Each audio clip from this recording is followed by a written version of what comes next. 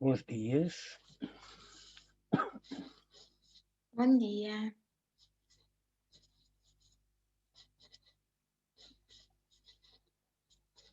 Professora, eu hoje estarei sem câmara porque, como fui submetida a uma pequena cirurgia, às vezes tenho que pôr gelo e não me sinto confortável, sinceramente, em ligar a câmara. Ok, ok. Bom dia. Dia.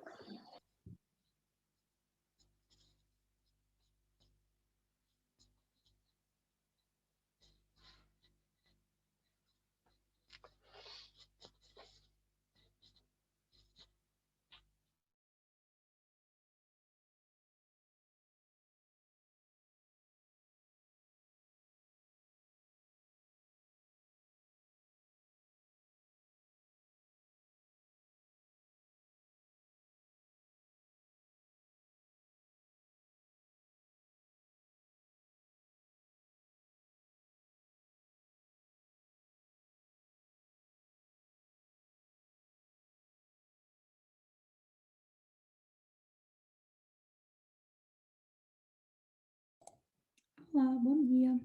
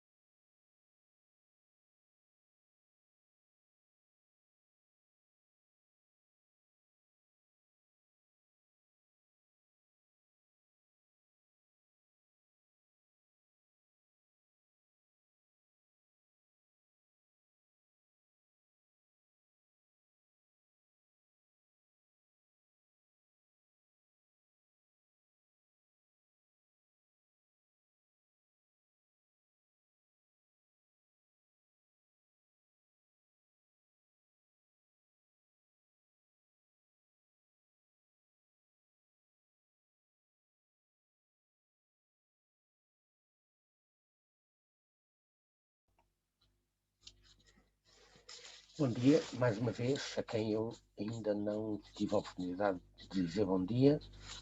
Bom dia. Bom dia. Vamos esperar mais uns minutinhos, ver se chega mais alguém, entretanto.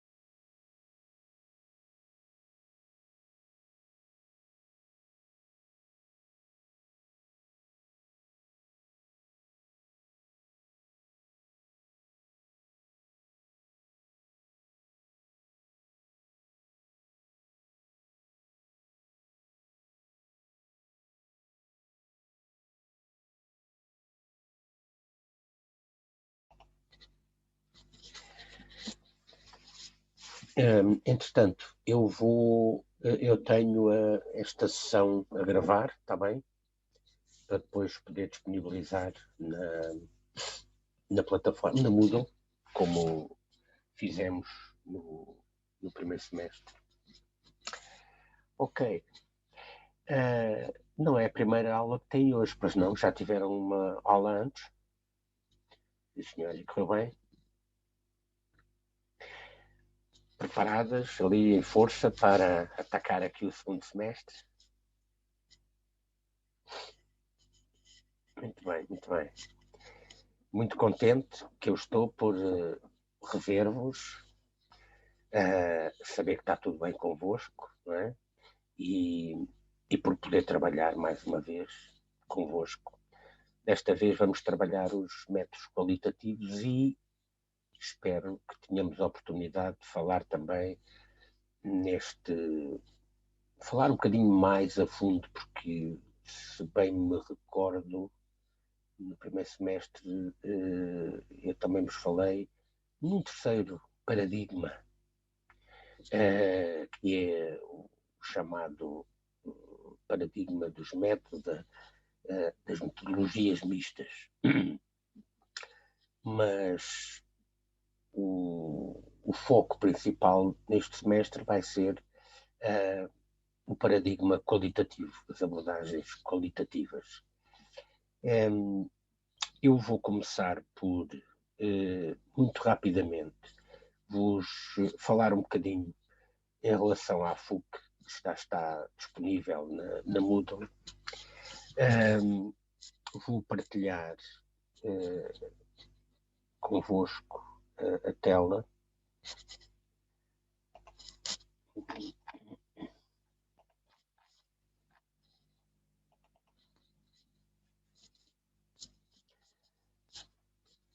Como de costume, vocês, claro que irão ter a oportunidade depois de ler a FUC com mais calma e com maior detalhe, mas para já, só para, enfim, de uma forma muito breve, vos ficarmos com uma ideia de qual vai ser o trabalho para este segundo semestre. Deixa-me cá ver se eu consigo pôr isto em tamanho maior.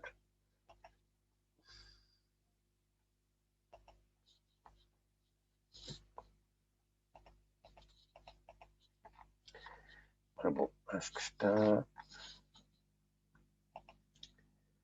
Deixa-me então.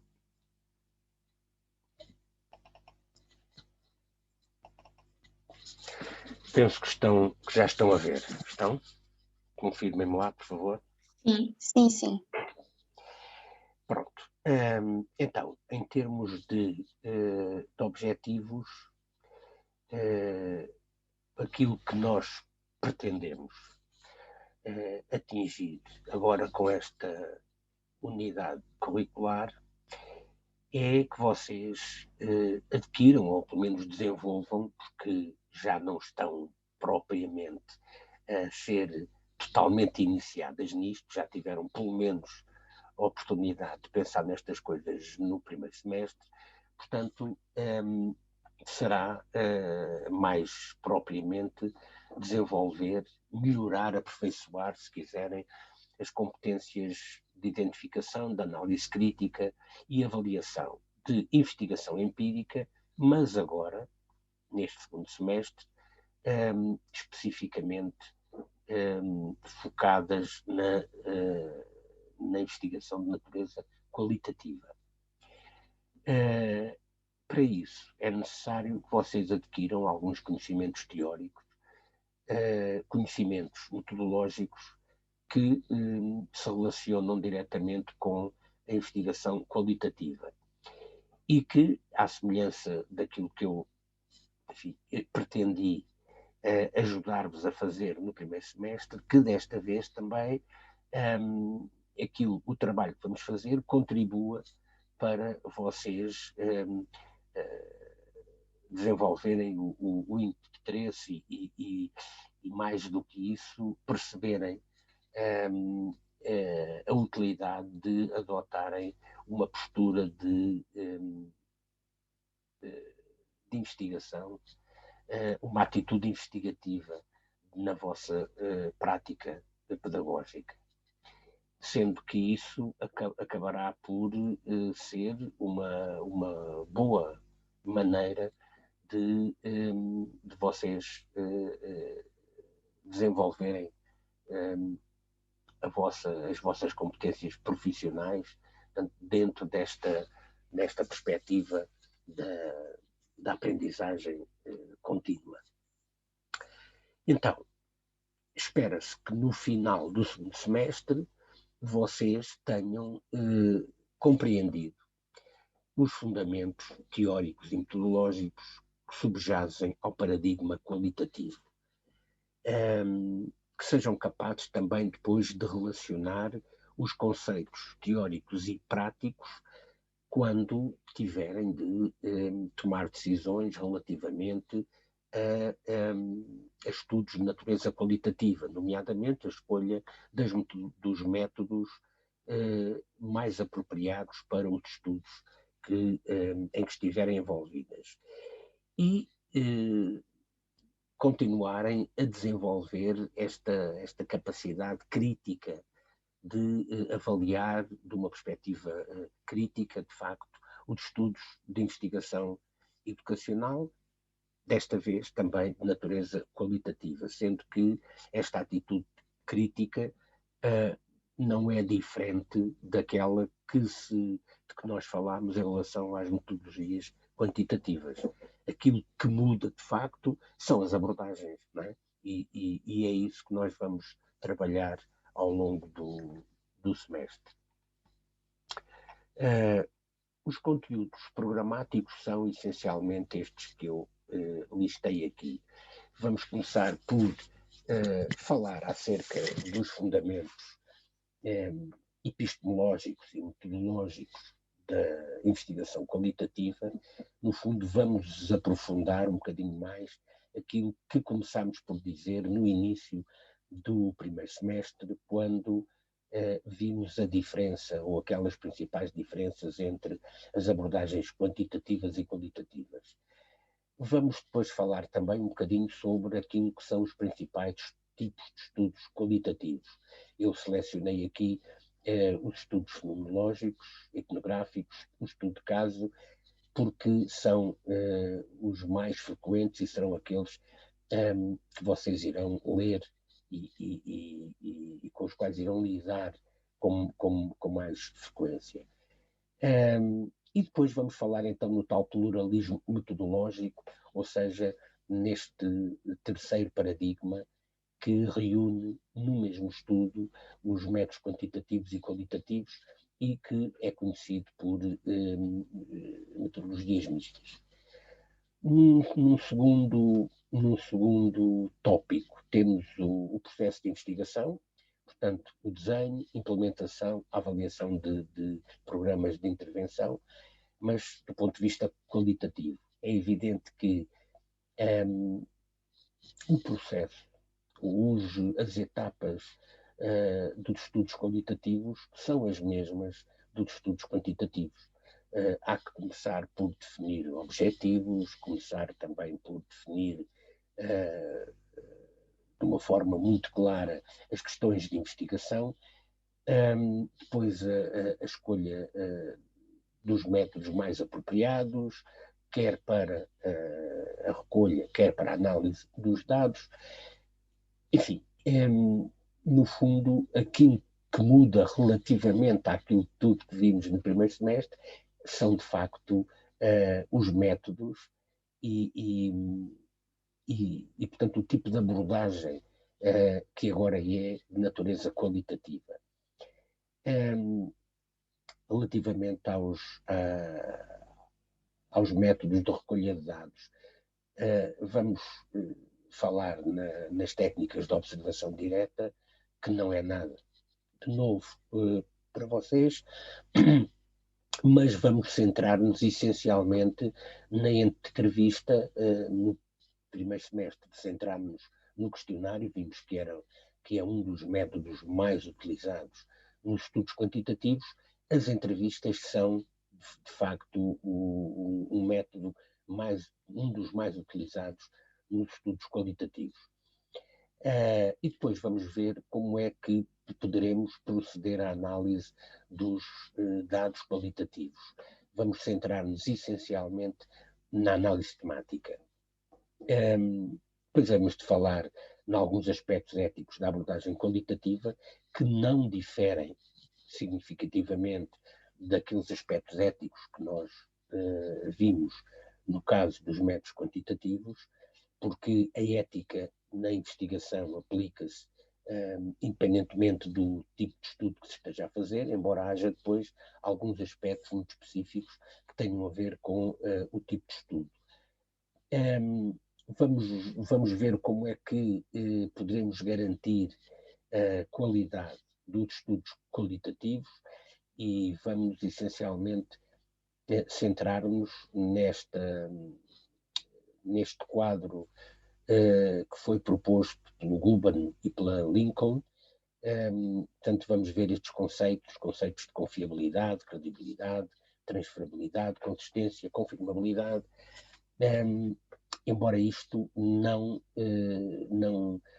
implique que deixemos de falar ou de utilizar os conceitos de validade e fiabilidade que já utilizamos nos quantitativos, sendo que nos métodos qualitativos estes dois autores propuseram a utilização destes 4 conceitos. E depois também chamar-vos a atenção para aquelas que são as regras gerais da escrita científica, como é que se escreve um artigo ou como é que se escreve um relatório de investigação, como é que ele deve ser estruturado e, mais uma vez, chamar-vos a atenção para a utilização das normas da APA, da 7ª edição, que é, como sabem, a mais recente, e que são as normas, como sabem, utilizadas na área da educação. Relativamente às metodologias de ensino e de avaliação, nós, para já, iremos funcionar online, até que estejam reunidas as condições para nos podermos voltar a encontrar presencialmente. A metodologia de trabalho não vai ser, enfim, muito diferente daquela que eu propus para o primeiro semestre. Relativamente à avaliação, ela vai fundamentar-se essencialmente nestes 3 elementos. A participação, obviamente, nas sessões, com 10%, um teste, 40%, e depois um trabalho escrito em grupo, que poderão ser, tanto quanto possível, 3 elementos, que será, à semelhança do que fizemos no primeiro semestre, uma proposta de um estudo.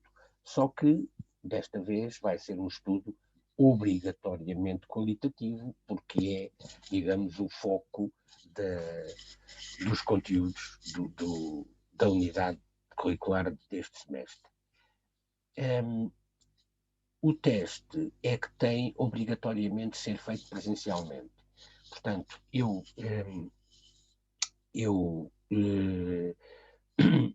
proponho, se quiserem tomar nota, desde já,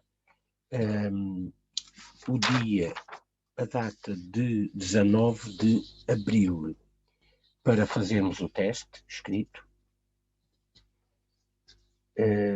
Se nessa altura ainda estivermos a fazer as nossas sessões online, teremos de nos encontrar presencialmente para fazer o teste, lá nas instalações do ISEC, Lisboa. E o trabalho é, em tudo, muito semelhante, em termos de extensão, de estrutura, muito semelhante ao que fizemos no primeiro semestre, com a diferença, de facto, como vos disse, de que desta vez terá de ser não um estudo quantitativo, mas um estudo qualitativo. Eu proponho que a entrega, o prazo, a data limite para a entrega do trabalho seja no final de maio, ou seja, no dia 31 de maio. Isto para vocês depois ficarem também com o tempo mais disponível para as atividades do estágio, porque, à semelhança também do que aconteceu no primeiro semestre, nós vamos ter as nossas sessões compactadas, não é? Entre 3 horas semanais, para que cumpramos as horas dedicadas a esta UC, este conjunto de 30 horas em 10 semanas, para depois ficarem com o resto do tempo livre para o estágio. Mas diga. Professor, posso interromper? Desculpe. À semelhança do que aconteceu também no primeiro semestre, tivemos depois, digamos, este ajuste do trabalho, porque o professor também tinha escrito 3 elementos e depois muitas de nós tinham grupos de 4.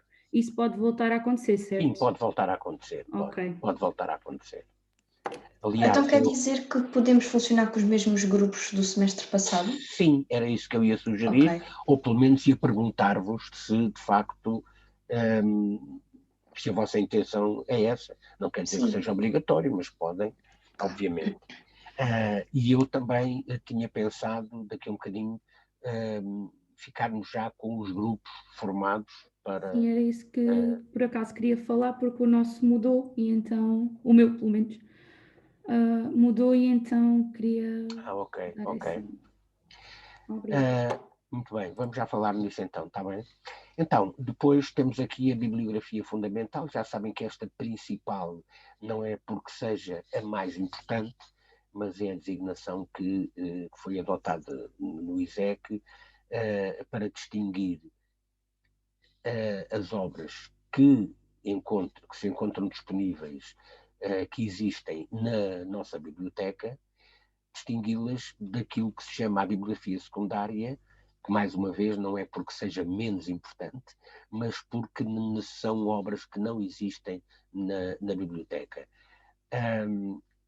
De qualquer forma, há aqui algumas delas, por acaso nem estão aqui.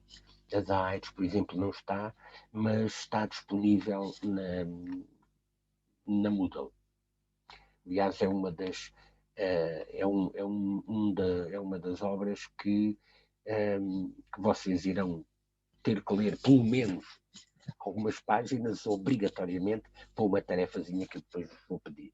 Mas ela está toda, o texto está todo em PDF na Moodle, e é da Luísa Aires, que era uma professora da Universidade Aberta, que escreveu esta obra sobre investigação qualitativa. Bom, em relação à FUC, não sei se há alguma questão que vocês queiram pôr antes de avançarmos.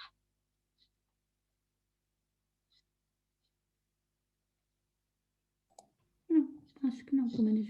Não. Por enquanto, ainda não. Ainda não, muito bem. Então, eu o que vou fazer é, então, partilhar aqui a tela da Moodle para então tentarmos formar os grupos. Vamos lá ver.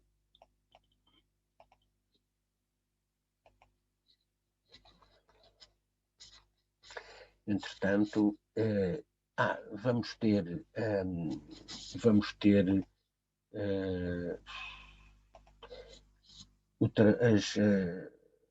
os conteúdos aqui na Moodle também estruturados por semanas. em princípio, e portanto aqui, esta primeira semana, eu vou disponibilizá-la, portanto ela vai ficar... Uma questão em relação a isso. No Moodle não tem a semana relativa ao teste? Não sei se... Não tem a semana relativa ao teste? Pelo menos eu não vejo aqui escrito, só se tiver outro nome. Mas aonde? Ah, Aqui? sim, portanto, mais para baixo o professor tem as semanas definidas com o que é que iremos fazer. Sim. E não está marcado aí não. estas semanas. Sim, porque a semana do teste, em princípio, nós vamos nos reunir lá, não é? Porque tem que ser presencialmente na segunda-feira, no dia 19. Mas isso não significa que, portanto, essa deve ser, deixa-me ver, a semana de 19 é esta aqui, de 19 a 25 de abril. Sim. Vamos estar a trabalhar na análise de dados, dos dados que foram recolhidos. Portanto, durante a semana, para além de nos encontrarmos segunda-feira para vocês fazerem o teste, depois, durante a semana, têm tarefa para fazer e, portanto, está ali. É aquela semana que está ali. Ok. Então, eu ia tentar formar então os grupos e ficamos já com os grupos formados. Então, não sei se recordam recordam-se quem eram os elementos dos grupos. O grupo A, vão-me dizendo que é para eu poder ir formando aqui os grupos. Então eu posso dizer o meu grupo. Eu não tenho a certeza se era o grupo A, mas acho que isso agora é Sim, relevante. Sim, agora é relevante. Pronto. Mas por acaso era. Pronto, Então eu já não me recordo disso. Pronto, sou eu, Catarina Serrada. Ok. André Fernandes. Mariana Lourenço. E Laura Santos. Ok. Onde é que está a Laura? Está aqui. É o penúltimo nome. Já está. Pronto. Está tudo, não é? Muito bem. Agora, no grupo B, não quer dizer... dizer eu, Então por acaso também. Vamos. Mas assim, então sou eu, Patrícia Florindo, é o terceiro nome. Exato. Ok. A Raquel Rodrigues. Exato. Certo. Ana Filipa Garcia, portanto é Ana Garcia. Ana Garcia. E a Joana Magalhães. Pronto. Exato. Muito bem. Agora, teremos o grupo C. Posso ser eu, professor? Então vá. É a Márcia. Márcia.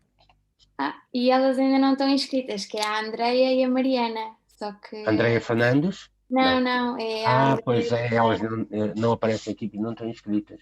Ainda não se inscreveram. E mais alguém? Não. Não, somos só nós as três. Eu, a Andreia e a Mariana. Ok. Elas depois inscrevem-se. Elas depois inscrevem-se. Sim, senhor. Então, grupo D. Quem é que falta? A Ticiane, por exemplo, que ainda não está em nenhum grupo. Pois não. Pois não. Então, posso pôr a Ticiane aqui no D ou não? Quem é que estava no grupo D? Se calhar é pessoal que ainda não está inscrito, não é? Professor, peço desculpa, o meu nome também não está a aparecer aí. O seu nome não está a aparecer? Não, eu vou só confirmar. Posso Pois só... é porque se calhar ainda não se inscreveu. Se calhar... Só um momento, peço desculpa. Mal, deixa-me ver que eu confirmo nos utilizadores.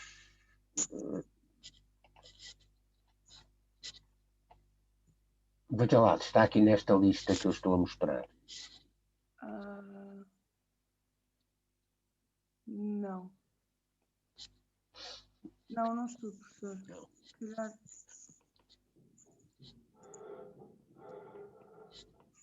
Eu vou só.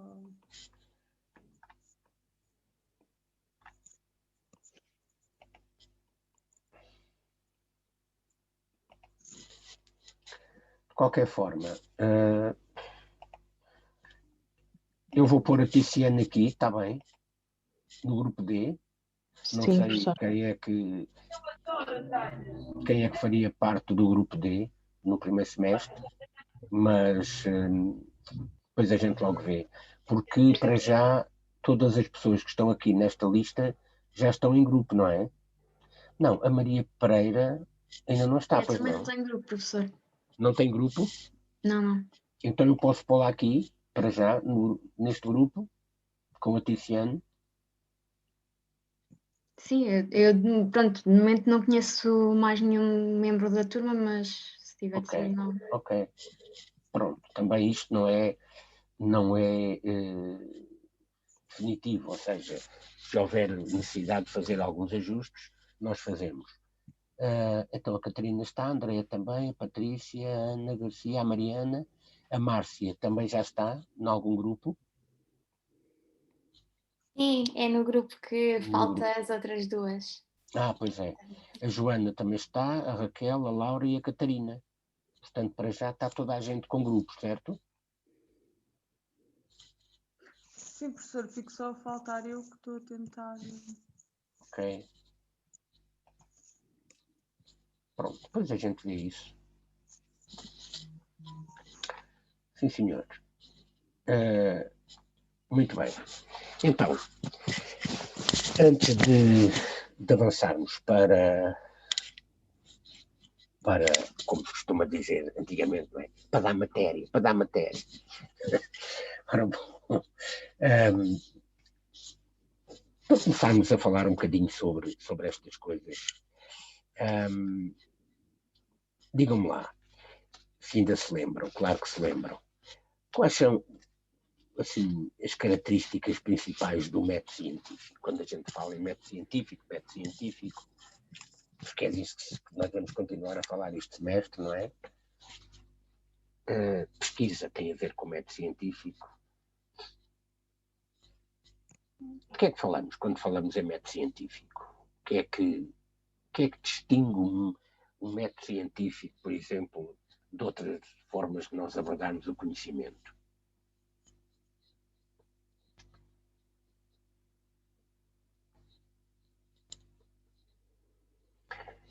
Hello. Só me lembro daquilo que estava escrito no PowerPoint, que era processo sistemático e flexível. De resto, não me lembro mais nada dessa parte. Ok. E então, quem é que se lembra de mais coisas? Ou seja, quando nós falamos em método científico, o que é que nos deve vir imediatamente à ideia? Que tipo de conceitos é que nós associamos imediatamente quando falamos em método científico? Esta coisa que a Catarina agora referiu é algo que é sistemático. Pois é verdade isso, sim senhora. É sistemático. E o que é que isso significa? Ser sistemático. Está em permanente construção. Sim. Ser sempre. É uma coisa que é sempre. Que é sempre, o que é que isso significa? Quer dizer que a gente está permanentemente a fazer investigação, dia e noite, nem para descansar? Não, também não é assim, Também não é mas tanto. estamos sempre a fazer investigação. Então explique lá melhor isso. Luciano, vá lá. É que diz que estamos sempre a fazer investigação. Porque qualquer coisa, qualquer matéria ou qualquer coisa que agarramos, vamos investigar e vamos saber como funciona, como vamos implementar, Ok, sei lá. mas podemos dizer que... Observamos. Sim, Ok. Mas podemos dizer que estamos permanentemente a utilizar o método científico. sempre que nos deparamos com qualquer assunto, com qualquer questão, com qualquer coisa, e vamos investigar, significa que estamos sempre a utilizar o método científico, estamos sempre a funcionar dentro do quadro do método científico, ou nem por isso, ou não necessariamente. Eu acho que respondia que não, porque Não. acho que vejo o método científico como uma forma de trabalhar, não sei se me vou poder explicar, uma forma de trabalhar o raciocínio, uma forma de fazer investigações, de pesquisar e não de estar sempre a utilizar. Pode não ser esse sempre o pensamento científico, se posso dizer. Ok, exato. Ou seja, quando nós dizemos, eu vou pesquisar isto, eu vou ver porque é que isto é assim, ou até, pronto, vou à Google, não é? Ponho lá na Google e vou ver. Não significa que estejamos sempre a funcionar ao nível exclusivo do método científico. Agora, quando nós partimos para um estudo, de facto, se queremos que o estudo tenha validade, devemos adotar os procedimentos, as características do método científico. Já tínhamos visto, de facto, que é um processo que é sistemático, porque tem que ser devidamente planificado. Não pode ser ao acaso, ou seja, nós não podemos hoje fazer uma coisa e amanhã vamos voltar a pegar no nosso estudo e já vamos fazer de uma maneira diferente ao sabor do momento. Portanto, ele tem que ser devidamente planificado, devidamente estruturado. E, portanto, é sistemático. Sistemático no sentido em que nós temos de olhar para o trabalho que estamos a fazer de uma forma sistemática e, eu diria, rigorosa. Porque só assim é que ele é rigoroso. Lembram-se de eu várias vezes vos ter dito. A palavra, ou o termo rigor, é de facto um conceito fundamental da abordagem científica, do método científico. Se não conseguirmos garantir rigor em qualquer estudo que estejamos a fazer, dificilmente poderemos dizer ou justificar que estamos de facto a trabalhar ao nível científico, dentro da abordagem ou da metodologia do método científico. Porque só assim, não é que nós garantimos a validade dos resultados. Para continuar a utilizar exemplos como fiz já no primeiro semestre, exemplos desta situação em que nos temos encontrado há um ano, não é? Nesta pandemia, nós temos ouvido dizer, agora com muita frequência, que uma das vacinas que está aí disponível, penso que é a da AstraZeneca, salvo erro, há esta dúvida relativamente, não é?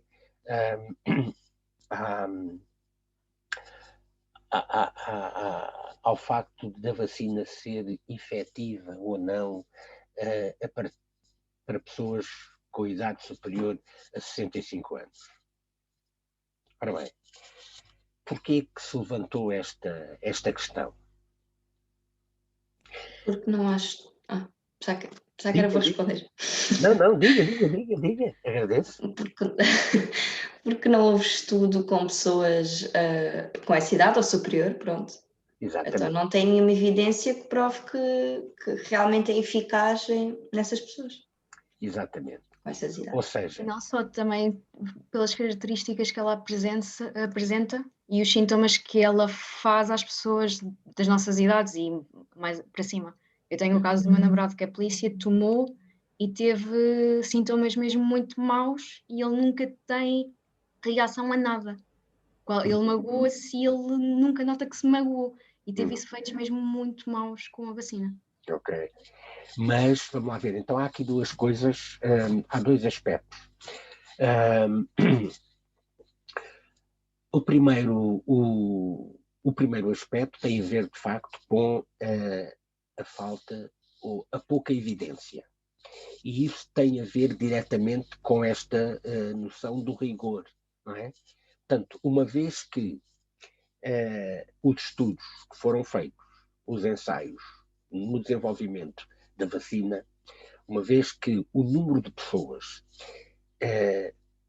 com idade superior a 65 anos que integrou a amostra foi um número muito, muito, muito reduzido, significa que, com rigor, não se poderá dizer que a vacina apresenta o mesmo nível de eficácia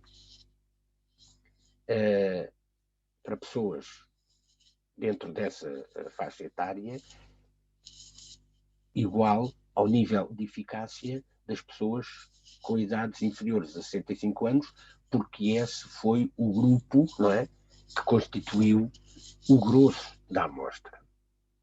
Portanto, este é um bom exemplo da necessidade, ou do que é, de facto, o rigor que é necessário num estudo científico, portanto, em termos de método científico, para se poder, de facto, confiar na validade dos resultados.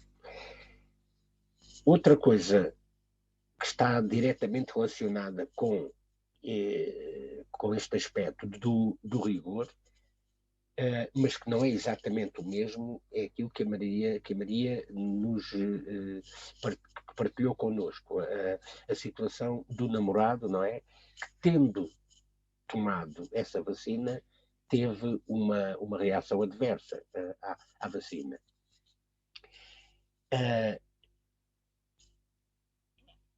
Isto contraria um bocadinho aquilo que nós também temos ouvido dizer, e eu falo por aquilo que ouço, porque eu não percebo nada de vacina, portanto não sou nada especialista na matéria, mas aquilo que nós temos ouvido dizer é que o problema com esta vacina não é, digamos, o facto dela não ser confiável, se quiserem, com pessoas para além dos 65 anos, que ela continua a ser aconselhada, não é? O problema que se põe é não saber exatamente se ela é eficaz ou não. Agora, por acaso, com o namorado da Maria, aconteceu provocar-lhe uma reação adversa. Significa isso que, sabendo agora esta situação do namorado da Maria, que todas as pessoas, ou que todos nós, devamos dizer assim, então, não, essa vacina eu não quero, porque essa vacina provoca reações adversas. Mas é bom provocar reações adversas. É sinal que a vacina fez realmente efeito. Mas depende do tipo de reação, não é?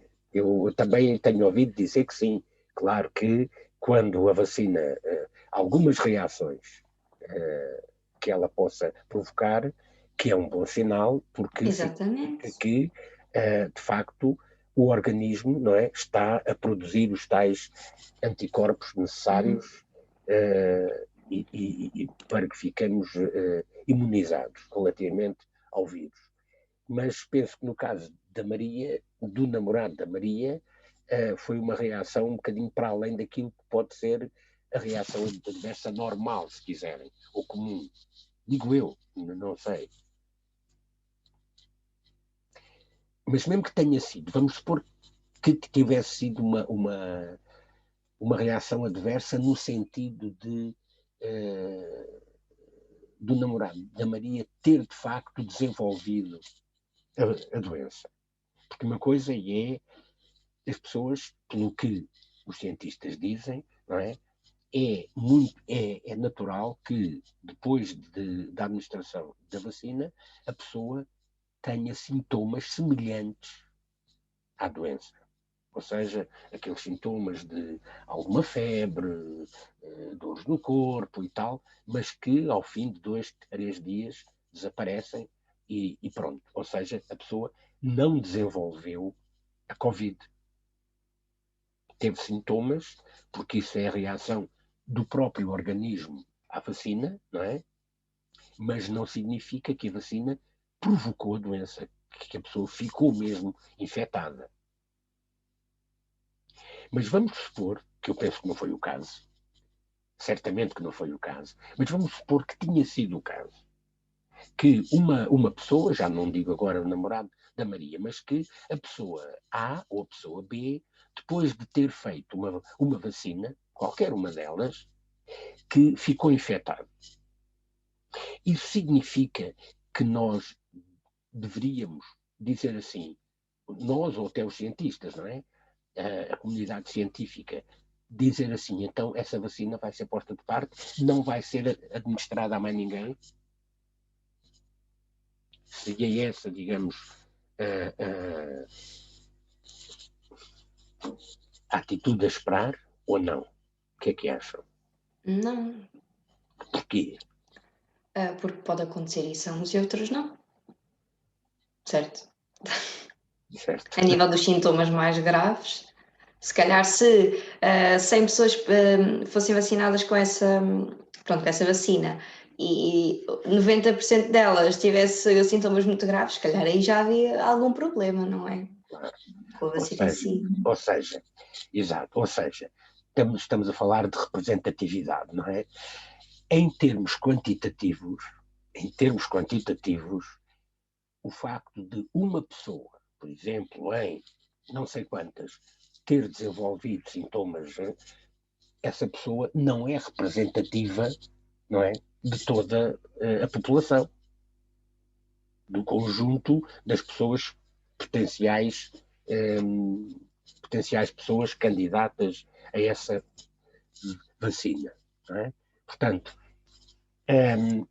cá estamos nós a falar das tais regras do método científico, aquilo que nos permite, de facto, tirar conclusões a nível científico.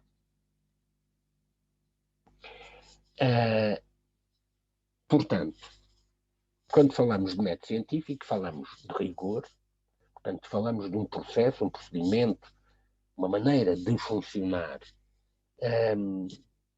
um racional, se quiserem, que se baseia no rigor que é necessário e rigor a vários níveis. Rigor em termos daquilo que se pretende, estamos a falar dos objetivos, das questões para investigação, portanto, aquilo que orienta, que guia o estudo, não é? Que eu vos disse várias vezes e vou ter de continuar a dizer que nós temos de formular objetivos e formular questões que não sejam ambíguas, portanto, com muita precisão, muito claras, desde logo, isto é o fundamental, é uma condição sine qua non para partir para o estudo de investigação, mas também rigor em termos das escolhas metodológicas que vamos ter de fazer. Lembram-se de eu vos dizer várias vezes que nós temos de ser capazes de justificar todas as decisões que tomamos, as escolhas que fazemos quando partimos para a realização de um estudo científico. As coisas não podem ser por acaso, não podem ser a belo prazer do investigador, não é porque eu gosto mais disto ou gosto mais daquilo, não é porque hoje eu acordei a pensar de uma maneira e daqui a 2 dias acordo e já penso de outra maneira e, portanto, passo a vida a mudar a minha abordagem ao sabor do momento. não é? Quando eu digo que vou fazer um estudo qualitativo, eu tenho que ter a certeza de que esta minha escolha é uma escolha informada. Porque é que o estudo que eu vou fazer deve ser um estudo qualitativo? É porque eu, pessoalmente, tendo mais para a perspectiva ou para um ponto de vista epistemológico que caracteriza a abordagem qualitativa, poderá ser. Se eu for um positivista assumido, com certeza que me vou situar num contexto das abordagens quantitativas. Se eu for um construtivista assumido, e como eu costumo dizer, de cabeça dura, então eu vou situar-me, de facto, no âmbito das abordagens qualitativas. Se eu for um pragmático, aí vou ter possibilidade de me situar ao nível das abordagens mistas, porque vou fazer um estudo que pode ter uma componente quantitativa e qualitativa. Portanto, a escolha do tipo de estudo, a escolha do paradigma, pelo menos, tem a ver, certamente, com a posição individual, a posição epistemológica do próprio investigador. Mas isso pode não ser suficiente, porque se eu for um construtivista assumido e se formular questões para investigação, se os meus objetivos e as questões a que eu quero responder forem questões que estão formuladas de maneira a poderem ser respondidas com maior propriedade do ponto de vista quantitativo, então não é por eu ser um construtivista assumido que as minhas questões vão passar assim por elas próprias a poder ser respondidas qualitativamente. Ou seja, a bota, como se costuma dizer, tem de bater com a perdigota. E, portanto, eu vou justificar a escolha de uma abordagem qualitativa tendo em vista não só a minha posição pessoal enquanto investigador, mas também a utilidade da abordagem qualitativa para responder às questões da forma como eu as formulei. Portanto, tem a ver com aquilo que cada um destes paradigmas, quantitativo, qualitativo, aquilo que oferece para dar resposta às questões que àquilo que nós pretendemos saber. Portanto, aos objetivos que temos para os nossos estudos. Ok? Já agora, com que tipo, no caso da investigação na área da educação, investigação educacional, com que tipo de dados, relativamente à origem, às fontes, que tipos de dados é que nós podemos utilizar? Há, assim, dois grandes grupos de dados. Ainda se recordam?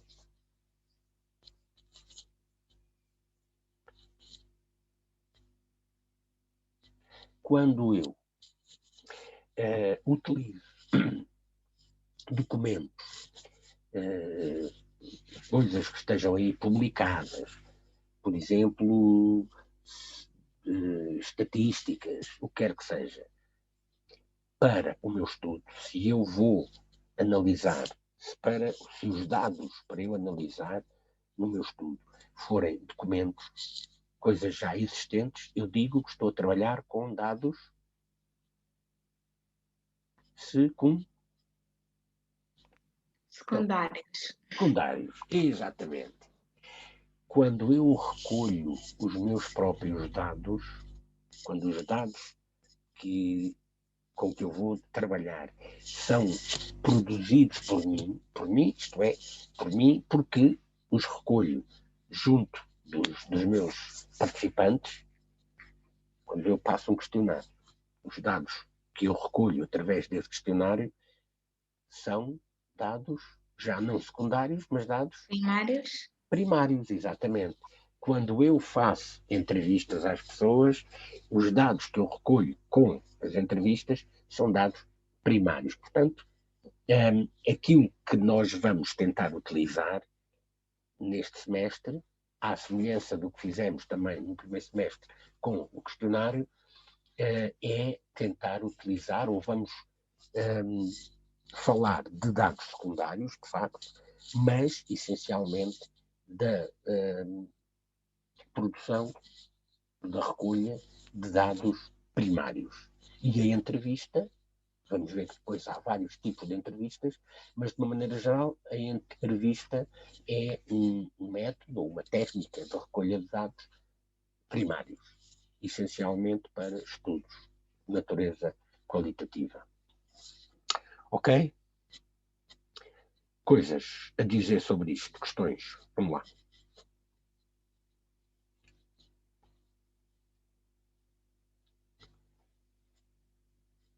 Não?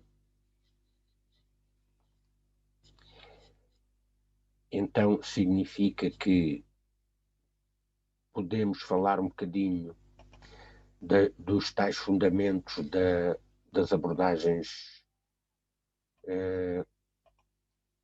qualitativas. Deixem-me só eu partilhar aqui esta apresentação que tenho. Estão a ver, então, já está na Moodle, mas pronto, depois a gente, vocês veem, isto é só para falar um bocadinho rapidamente sobre isto. Eu penso que já vos tinha mostrado este quadro no primeiro semestre. Quando vimos as principais diferenças entre os métodos quantitativos e os métodos qualitativos, relativamente aos fundamentos ontológicos, e que se recordam, os fundamentos ontológicos têm a ver com a natureza da realidade, a maneira como nós, seres humanos, vemos, entendemos e nos relacionamos com a realidade. Os positivistas veem a realidade como algo que é único, que é independente da consciência do indivíduo. E, portanto, é algo que pode ser medido, que é mensurável.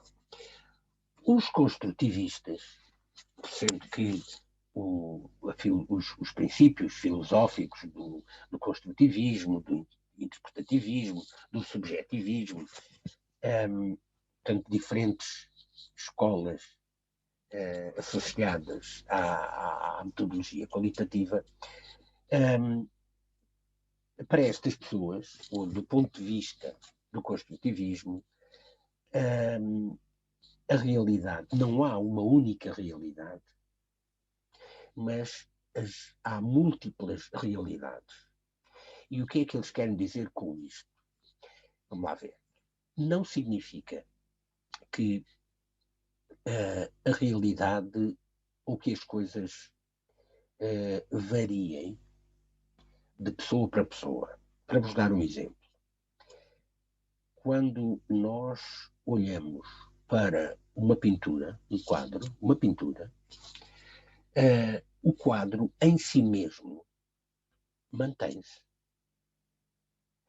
independentemente da pessoa que está a apreciá-lo. O quadro está lá, portanto, o pintor que pintou o quadro, pintou, ele está lá, está feito e, portanto, mantém-se. Agora, a maneira de olhar para esse quadro, a maneira de percepcionar esse quadro é que não é igual para todas as pessoas. Ou seja, cada um de nós pode ler e sentir, interpretar aquele quadro de maneira diferente. Ou pelo menos com algumas diferenças.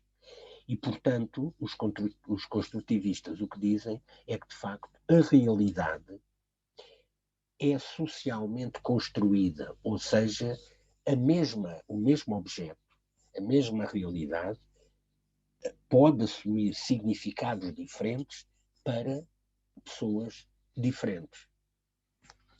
Logo, a interpretação do real depende do olhar do indivíduo.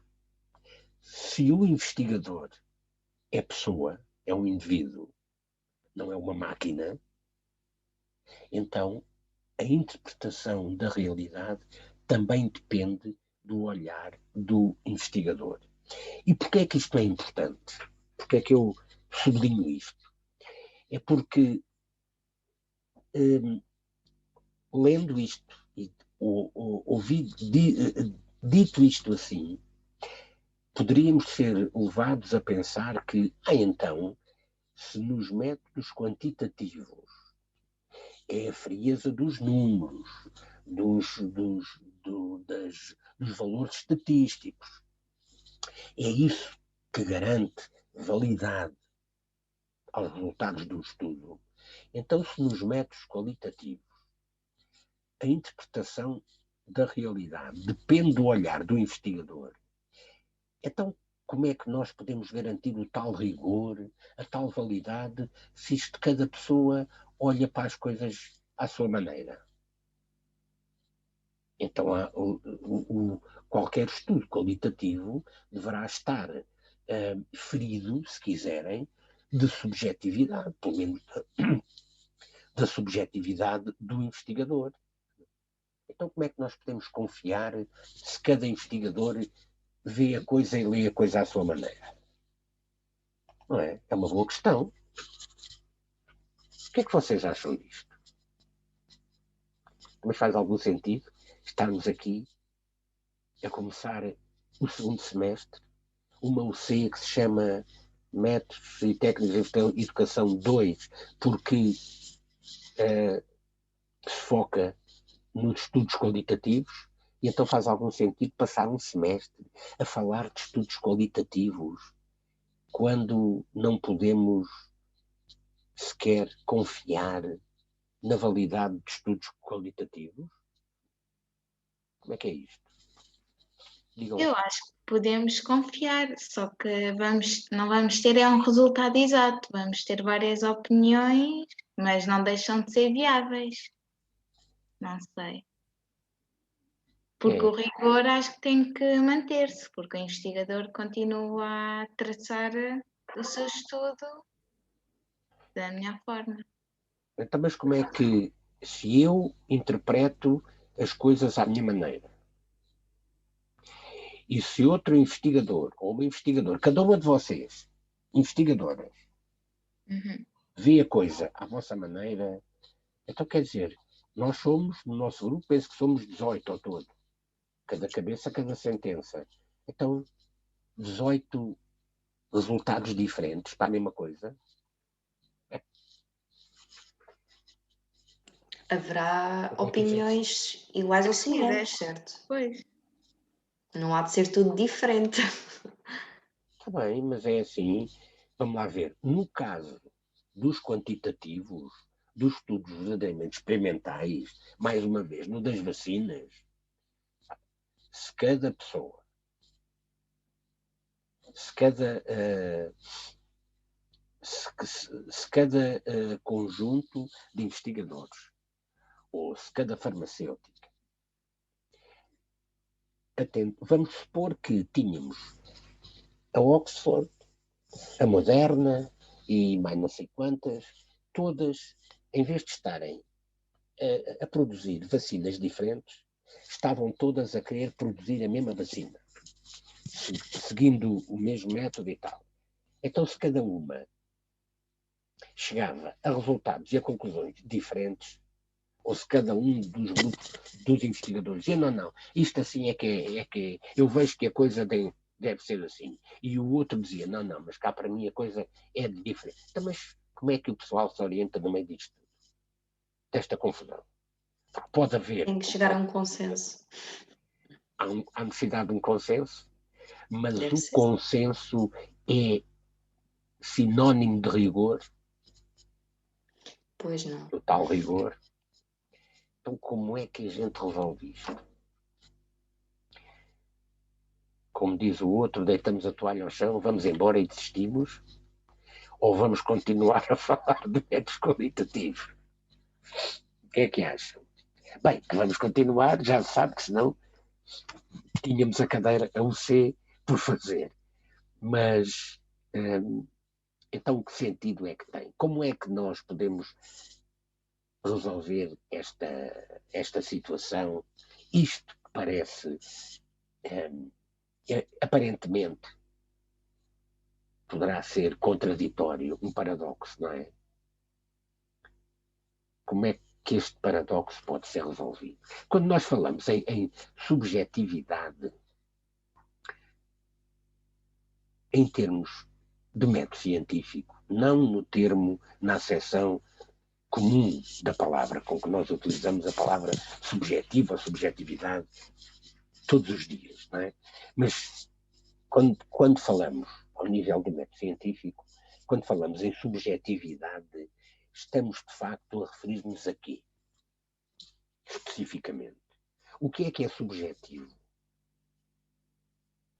O que pode ser para mim, pode não ser para o outro, certo? Exato, pode não ser para o outro. Mas quando eu faço um estudo qualitativo, vamos supor, eu quero perceber o que é que um grupo de pessoas pensa relativamente a determinado assunto. E quero perceber isso, mas de uma forma exploratória, ou seja, quero perceber em detalhe como é que um grupo de pessoas, cada uma dessas, se posiciona relativamente a um determinado assunto. Vou fazer um estudo qualitativo. Vou entrevistar cada uma das pessoas desse grupo. O que aí é subjetivo? É, de facto, a posição o olhar de cada uma dessas pessoas relativamente ao assunto, não é, que eu quero estudar. E, portanto, eu quando recolho esses dados e quando analiso esses dados, tenho que ser fiel aqui à subjetividade de cada indivíduo que faz parte do meu estudo. Ou seja, e aí estou, de facto, aqui estou a posicionar-me a este nível, estou a aceitar que a realidade é construída por cada pessoa, não é? Quando cada pessoa atribui um significado pessoal a determinada coisa, a determinada realidade. Se eu quiser perceber como é que as professoras de primeiro ciclo se posicionam relativamente ao desconfinamento, à abertura das escolas, ou o não fechar as escolas, eu tenho aqui duas possibilidades. Ou faço um estudo quantitativo e faço um inquérito, um número de professoras do primeiro ciclo. Recolho esses dados, faço contas, cálculos e vejo se a maioria se é favorável ao confinamento ou não, a ter a escola a funcionar ou não. Isto é um estudo quantitativo. Mas se eu quiser perceber as razões que levam as pessoas a estar de acordo com o abrir ou com o fechar das escolas, posso fazer um estudo qualitativo. Entrevisto as pessoas, pergunto-lhes, diga-me lá, o que é que acha? Na sua opinião, as escolas ou a sua escola deveria estar a funcionar nesta altura ou não? E a pessoa pode me dizer que sim ou que não. Pode haver várias pessoas a dizer que sim. Sim, a escola deveria estar a funcionar. Mas porquê? E eu tenho que admitir que no conjunto das pessoas que têm a mesma opinião, pode haver razões diferentes. No fundo, nós podemos ser 10 pessoas a dizer que sim, mas por razões diferentes. E é aqui que está, este é um exemplo da subjetividade, da maneira como cada um de nós lê, interpreta, sente a realidade. Agora, a interpretação, dependendo do olhar do investigador, significa o quê? Que eu tenho que ser rigoroso na forma como recolho os meus dados. Ou seja, quando eu vou construir um guião para entrevistar essas 10, 15 ou 20 pessoas e perguntar-lhes qual é a opinião delas relativamente à abertura ou ao encerramento da escola. E perguntar-lhes que razões, que justificação ou que justificações é que cada uma delas dá para a opinião que tem, eu tenho que ser rigoroso no sentido de acautelar de que não vou com a minha própria visão, eu tenho a minha própria visão, mas não vou é deixar que a minha maneira de pensar interfira na maneira de pensar dos outros. Ou seja, eu tenho que ter o cuidado de formular questões que não sejam questões tendenciosas, que sejam questões que não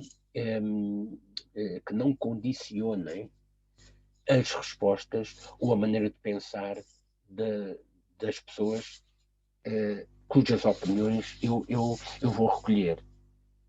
Portanto, eu tenho que ter a garantia, ou tenho que me esforçar ao máximo para não colocar questões enviesadas.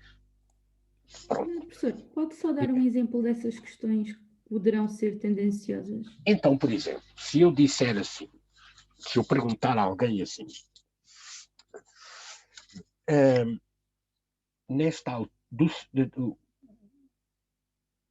na sua opinião,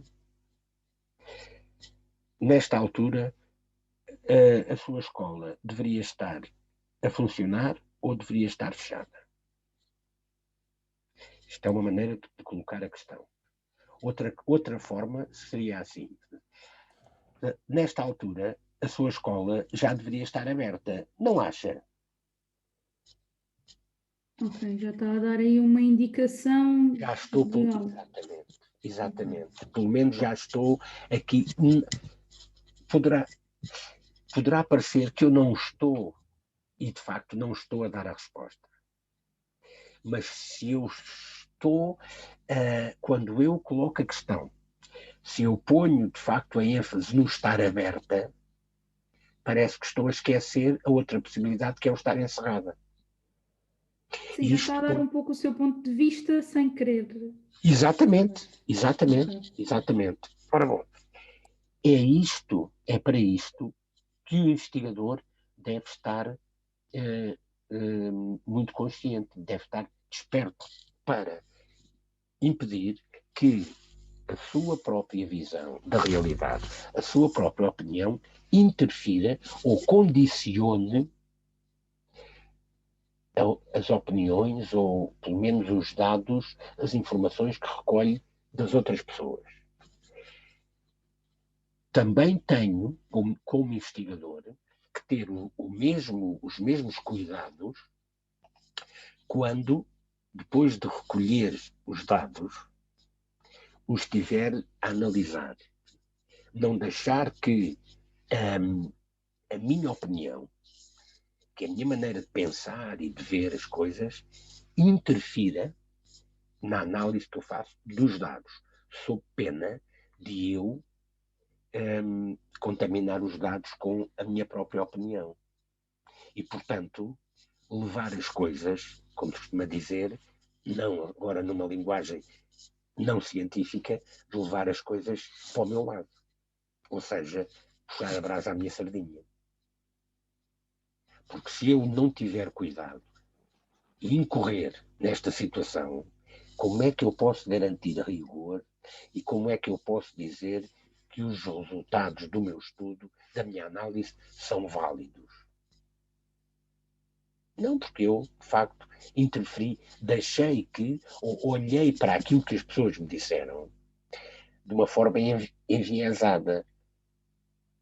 Portanto, eu tenho que respeitar a verdade de cada depoimento ou de cada pessoa que me deu a informação. Mas se o investigador for imparcial e se tiver a estudar algum assunto não tão, neste caso, tão específico, aqui não há uma dependência, certo? Porque se é um assunto imparcial para ele não pode formular uma opinião. Não sei se me fiz entender. Não. Se for imparcial para ele, ou seja, se ele não tiver opinião em relação à coisa, vamos supor que eu, como investigador, não tenho opinião. Mas não sei, ao certo, será que a escola devia estar aberta ou devia estar fechada? Se me perguntarem, não sei. Ou até outro assunto que, por exemplo, não seja relacionado com isso, mas algo que ele queira descobrir ou averiguar ou qualquer coisa que não tenha propriamente uma opinião. Pronto, vai estudar sobre tal. Mas, em termos qualitativos, o facto, ou do ponto de vista do construtivismo, o facto de eu não ter uma opinião certa, já é ter uma opinião. Ou seja, no sentido em que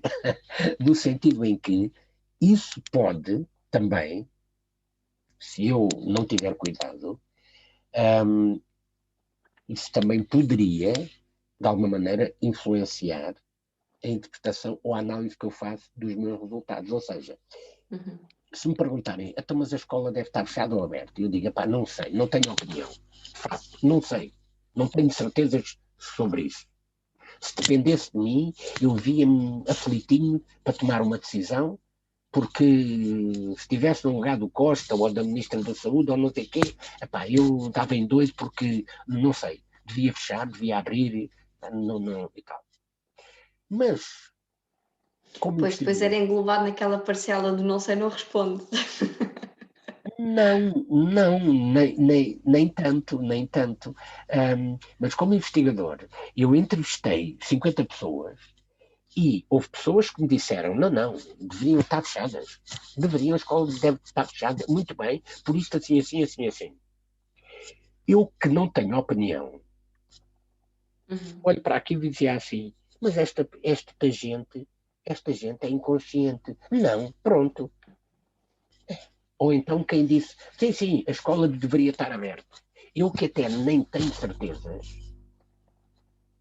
olhava para aquela resposta e dizia assim, mas quer dizer, estas 4 pessoas estão assim, tão seguras daquilo que dizem. Coitadinhos. Têm a mania que eles é que sabem tudo. Ora bom, isto era, de facto, receita para eu analisar aqueles dados se fosse à luz da minha posição pessoal. De certeza, eu estava a achar que aquelas pessoas ou estavam convencidas demais, ou não sei quanto. Portanto, o que é que eu quero dizer com isto? Eu tenho que adotar regras, e é por isso que se fala em métodos, e os métodos têm princípios e têm procedimentos. Tenho que adotar os procedimentos científicos que me permitam garantir validade do trabalho que estou a fazer e dos resultados a que chego. É evidente que, por isso é que há normas, regras, para, conforme há aquelas regras, um conjunto de regras que nós devemos seguir quando desenhamos, quando fabricamos um questionário, também há um conjunto de regras que devemos observar quando construímos uma entrevista. A maneira de formular as questões, a própria sequência das questões, etc. Portanto, isso já é uma forma de garantir rigor a um estudo qualitativo. Mas quando eu digo assim, eu vou agora analisar os meus dados, tenho aqui dados qualitativos, não são números, é texto, é discurso, são palavras, é aquilo que as pessoas me disseram, aquilo que as pessoas escreveram. Então, como é que eu vou analisar esse discurso? Por exemplo, há diferentes métodos de análise qualitativa. Uma delas, análise temática. Mas há passos específicos, formas muito específicas de fazer a coisa. De tal maneira que, quando eu... Depois, a interpretação que eu faço desses resultados, dos meus resultados, depois de eu ter, de facto, utilizado o rigor na recolha e na análise dos meus dados e tirado as minhas coisas, chegar aos resultados da minha análise, a interpretação que eu faço desses resultados é que pode ser mais subjetiva do ponto de vista meu como investigador. Mas essa já é, de facto, a minha subjetividade.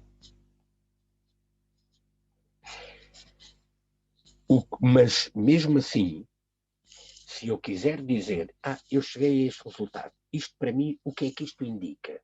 Quando as pessoas referiram isto assim assim, isto para mim indica o quê? Como é que eu leio estes resultados? Eu leio-os de uma determinada maneira, mas também tenho que saber justificar a interpretação que lhes dou. Também não pode ser por gosto pessoal ou porque sim ou porque não. E porquê? Porque quando eu escrevo o meu estudo, quando eu, de facto, escrevo o meu relatório, eu tenho que ter o cuidado de também pôr rigor no trabalho que estou a escrever, não é?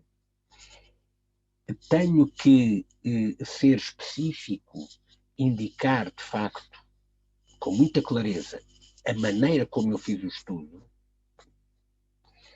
e nós vamos ver isso quando falarmos naqueles tais conceitos de confiabilidade, etc., que eu há bocado referi, do Google e da Lincoln.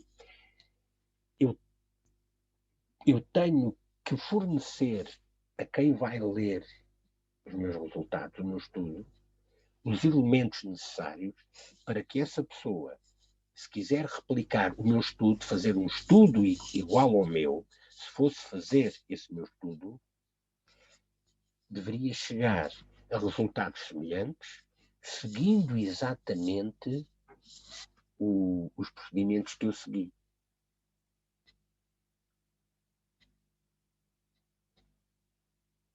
Okay? Portanto, eu tenho que dar a possibilidade a quem vai ler o meu estudo de estar na posse clara de todos os procedimentos que eu utilizei no meu estudo para poder, de facto, avaliar e julgar da validade do estudo que eu fiz, dos resultados a que cheguei e compreender depois a interpretação que eu dou aos resultados a que cheguei.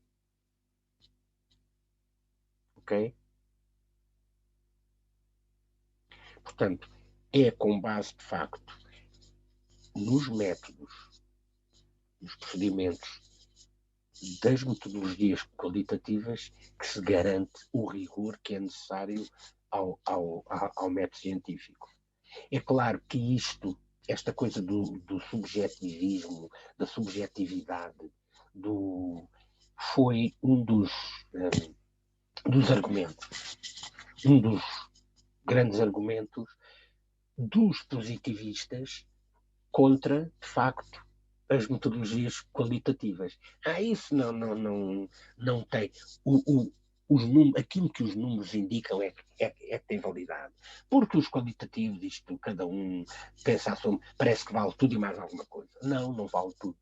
E, portanto, esta discussão inicial, que agora já não faz sentido, não é?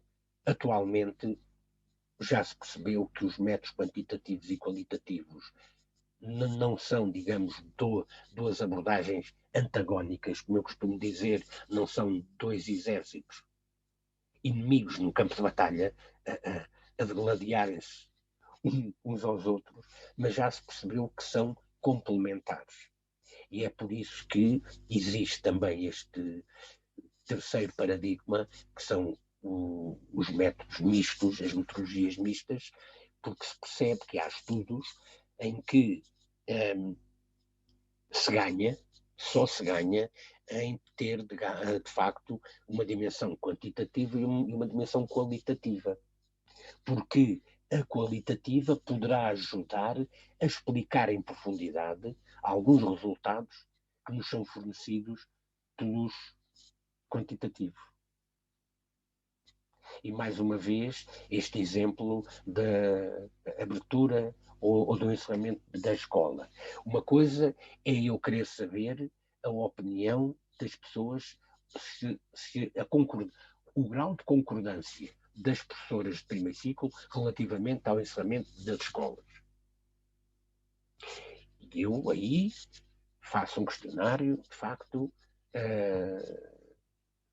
e pergunto às pessoas: concorda sim ou não? Ou concorda muito, concorda pouco, discorda e tal.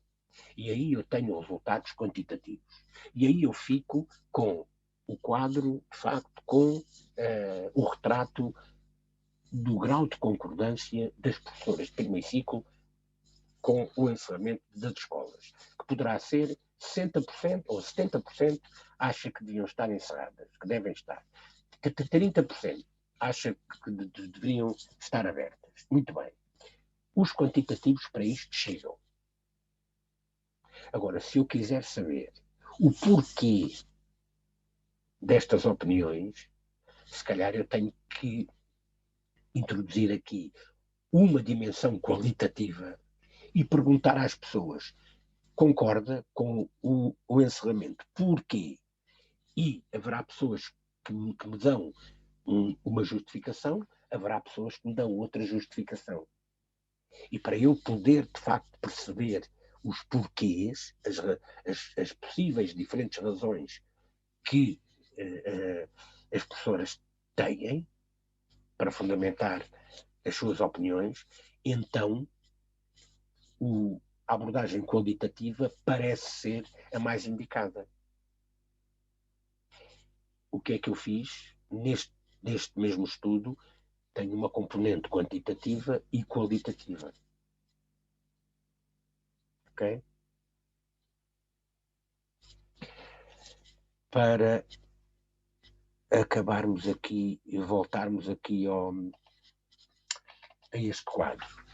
Em termos da forma como se encara a realidade, então estas são as diferenças fundamentais entre os positivistas e os construtivistas.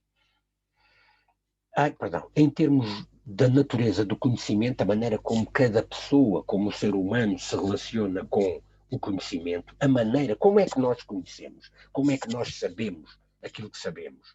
Estamos a falar da natureza do conhecimento e é isso que tem a ver com a epistemologia. Os positivistas assumem que o investigador e o objeto de estudo são entidades totalmente separadas. Enquanto que os construtivistas, os qualitativistas, se quiserem, aceitam que há uma interdependência entre o investigador, a pessoa do investigador e o objeto de estudo. Ou seja, o investigador não pode despir-se da sua condição de ser humano. Ou seja, quando nós estamos a fazer um estudo de investigação, não deixamos de ser pessoas, não deixamos de ter sensibilidade, de ter a nossa maneira de pensar, a nossa maneira de sentir. Portanto, há uma interdependência entre aquilo que somos nós, pessoa de investigador, e o objeto do nosso estudo. Como digo, depois há uma coisa que se chama a reflexividade, que é a capacidade que o investigador tem de se retratar, de se ver no estudo que está a fazer. e ter consciência da influência que a sua pessoa pode ter no estudo e no nível, não é, de enviesamento que a sua pessoa pode ter em relação ao estudo que está a fazer, para evitar, de facto, esse tal enviesamento.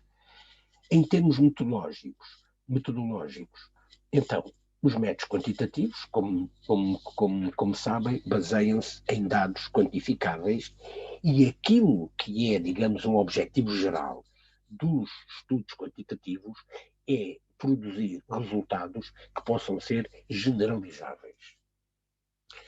Os estudos qualitativos, até porque trabalham com dados diferentes e muitas vezes com amostras muito pequenas relativamente às grandes amostras dos estudos quantitativos, os dados qualitativos podem ser também quantificáveis, porque eu posso quantificar o número de vezes que uma determinada pessoa ou que várias pessoas utilizaram um determinado conceito, um determinado termo. Mas os dados qualitativos são o discurso, quer oral ou escrito. E o objetivo dos estudos qualitativos não é alcançar resultados que possam ser generalizáveis. O objetivo é compreender a complexidade dos fenómenos que estão a ser estudados dentro do contexto em que estão a ser estudados. Poderão perguntar-me assim, então, professor, mas então, se os resultados, o objetivo não é obter resultados que sejam generalizáveis, qual é, digamos, a grande utilidade do estudo qualitativo? Bom, alguém quer responder a isto? Antes de ser eu a debitar a matéria? Pode voltar a repetir, professor, peço desculpa. Se o objetivo, um dos grandes objetivos dos estudos qualitativos não é alcançar resultados que possam ser generalizáveis, não é esse o objetivo essencial dos estudos qualitativos, então qual é a utilidade de fazer estudos qualitativos? Se calhar para fazer comparações, professor. O que é que acham?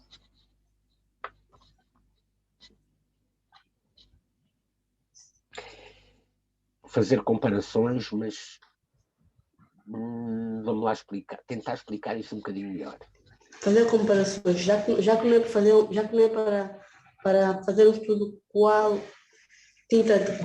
quantitativo, não é qualitativo. Por exemplo, há pessoas que têm opiniões diferentes, não é? É comparar a quais são as opiniões que se cruzam, não é? Sim, mas eu não posso dizer que os resultados que eu obtive com esse meu estudo, que posso generalizar a toda a população. Ou seja, vamos supor que eu tinha feito um estudo numa determinada escola de primeiro ciclo em Portugal.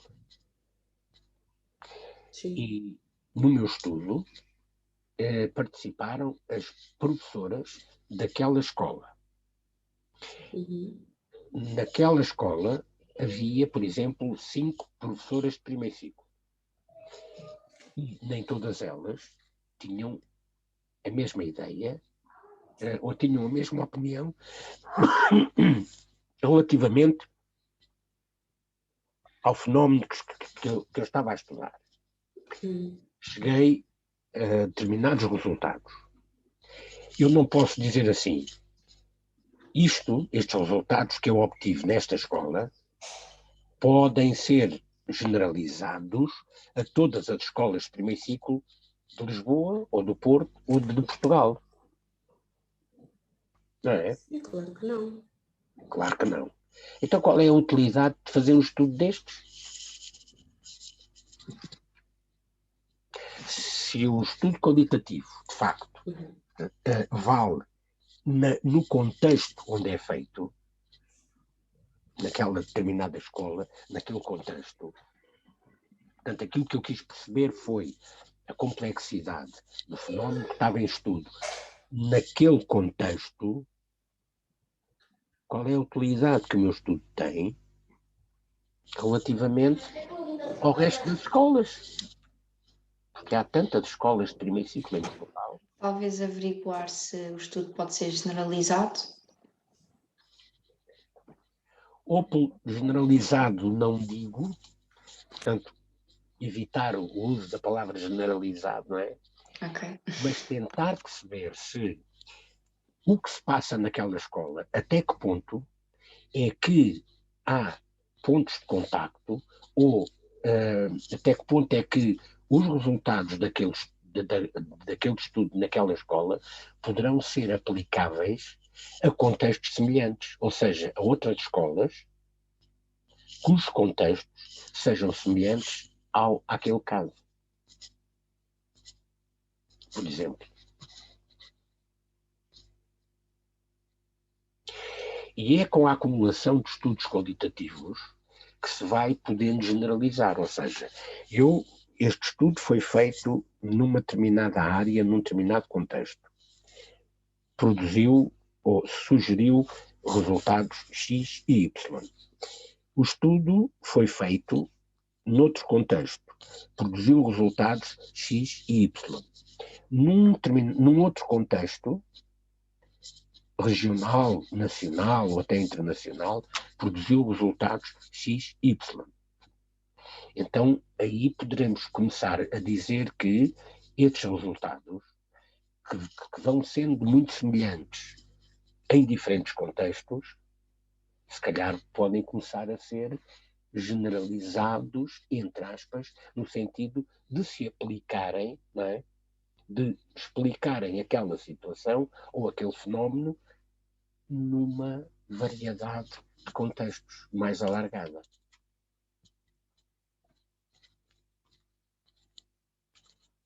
Agora, de facto, um estudo qualitativo não deve ter como objetivo de partida produzir resultados que sejam eles próprios, por si próprios, só naquele estudo, generalizáveis a uma população. Um estudo qualitativo faz sentido, de facto, por permitir conhecer, explorar a fundo determinados fenómenos contextualizados.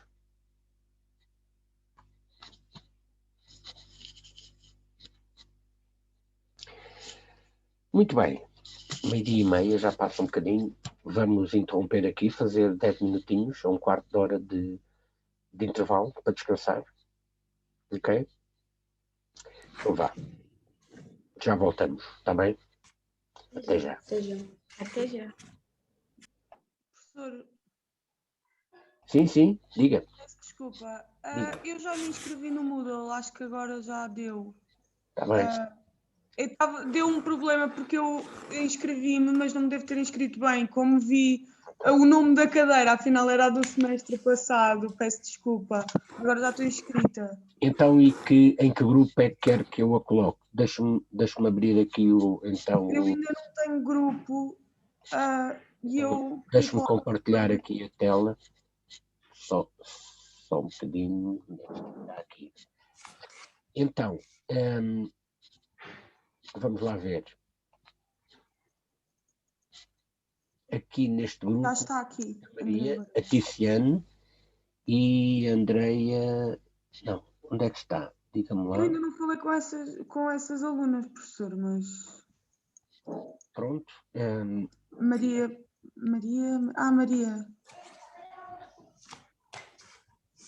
Eu então, durante o intervalo, vou tentar falar com os colegas pelo grupo da turma e depois já lhe digo alguma coisa. Realmente foi isto. Só queria era mesmo confirmar se a cadeira agora já estava. Está bem. Certo. Então, Depois, então, quando entrarmos em aula novamente. Está bem, sim, senhor. Está bem, professor. Obrigado. Peço desculpa. Está ótimo. Professora? Sim. Sandra Fernandes. Sim. Recebeu uma e-mail ontem, professor?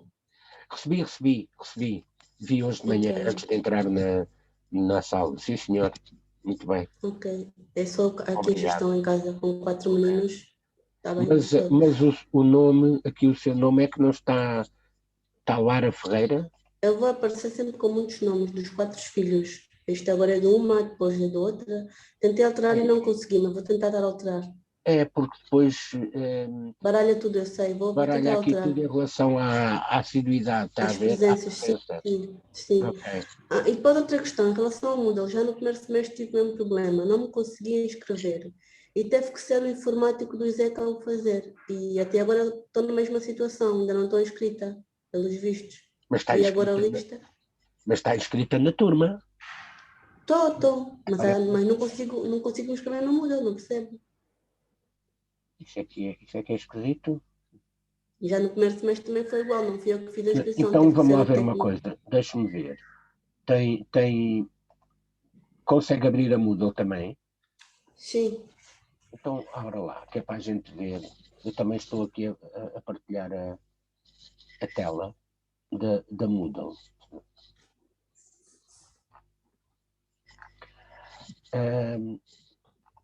sim. Ou se calhar mais valia partilhar a sua. Quando se vai inscrever, pois é que eu aqui não consigo. Tem que ser aí. Deixa-me cá ver. Deixa-me ver.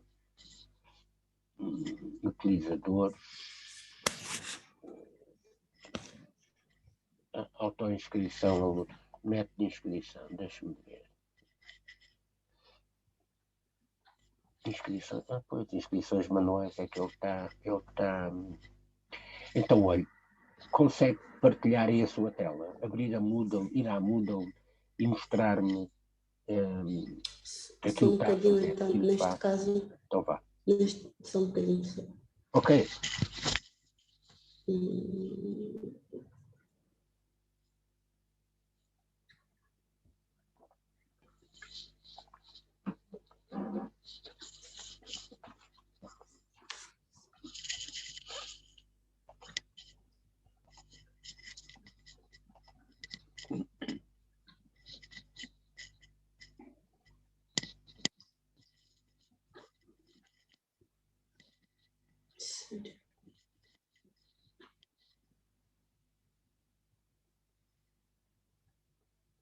Ok.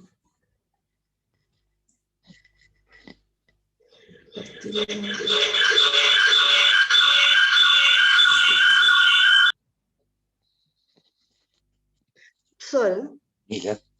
diz aqui que somente o anfitrião pode partilhar a tela. Espera. Então já lhe digo. Já pode. Obrigada.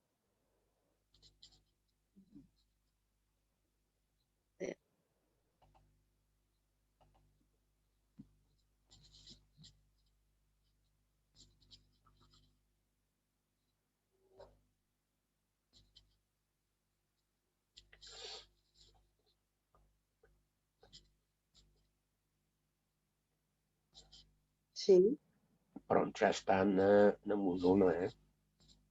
sim. Isto é no primeiro semestre. Pronto, mas agora tem de ir ao segundo semestre. Mas como, professor? Então deve lá, aqui onde tem mostrar disciplinas,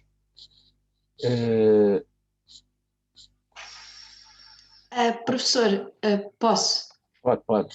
É ali onde está aqueles 3 risquinhos do lado esquerdo, Sim. em cima, Aqui, clicar onde aí. E agora penso que seja onde está a casa, se não me engano, a casinha. isso. As minhas Já fui. disciplinas, pronto, por aí podem.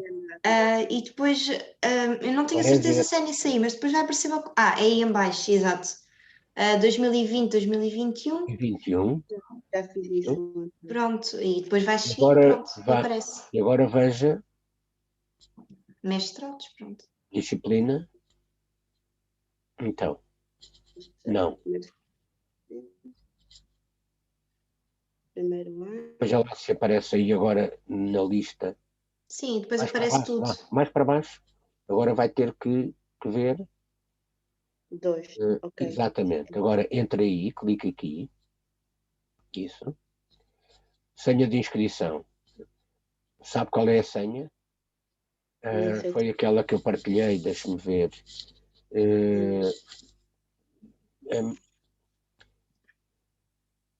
Acho que é É MT e é e depois um 2.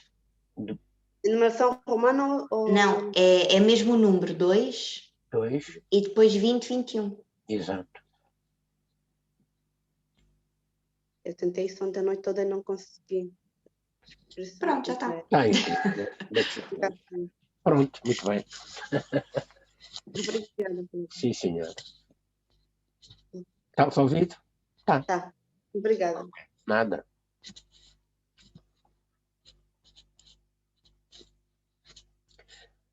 Mais coisas?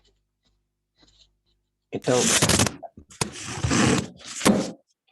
Beber uma água. Por enquanto é tudo. Muito obrigada pela ajuda. tudo bem.